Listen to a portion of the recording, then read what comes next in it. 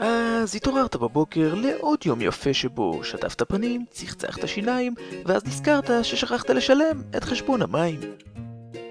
הגעת למשרד לעוד יום עבודה פורה, ולפתע נזכרת שחנית את הרכב באדום לבן. כשהגעת הביתה, היום הזה כבר התחיל להשתפר, עד שנזכרת ששכחת לשלם ארנונה. לקחת את עצמך בידיים והחלטת לגשת לדואר ולשלם את תשלומי הארנונה, ולפתע נזכרת... הלו, חבריקו, לא חבל להתעלל בבחור? הרי אתה יודע טוב מאוד שזו כבר לא הדרך לשלם תשלומי עירייה. היום, בעידן שלנו, יש כבר עיר חכמה. לכל עיר חכמה היום יש את אפליקציית פייפו. כל מה שצריך לעשות הוא להיכנס לאפליקציה, לרשום את מספר הדוח, והופ, בלחיצת כפתור שילמת את הדוח שלך. ואתם ראשי העיר, פייפו עוזרת לכם בגבייה חכמה, מרכזת לכם הכל באפליקציה אחת, ועוזרת לכם לשמור על קשר עם התושבים שלכם.